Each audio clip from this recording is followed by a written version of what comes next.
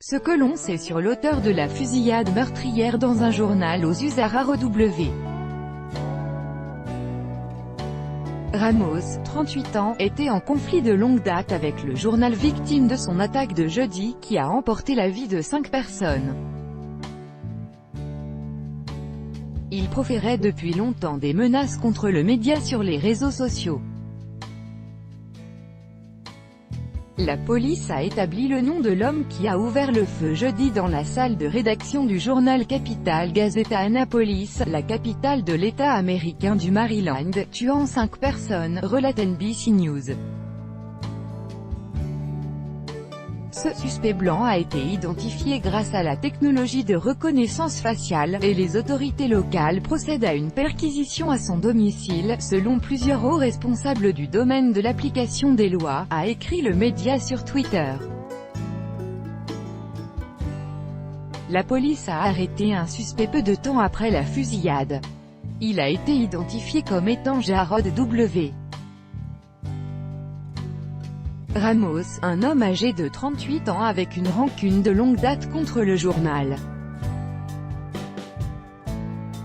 Le conflit entre Ramos et Capital Gazette a commencé en juillet 2011 quand un chroniqueur a écrit au sujet d'une affaire de harcèlement impliquant cet homme.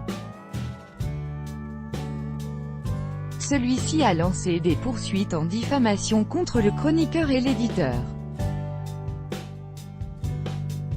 Un tribunal a statué en faveur de Capital Gazette, et une cour d'appel a confirmé la décision.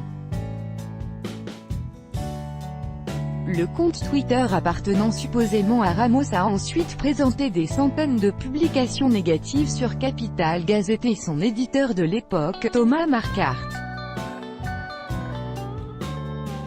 Le quotidien a reçu des menaces sur les réseaux sociaux.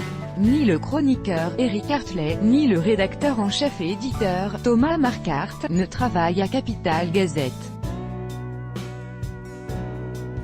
Ils n'étaient pas présents pendant la fusillade.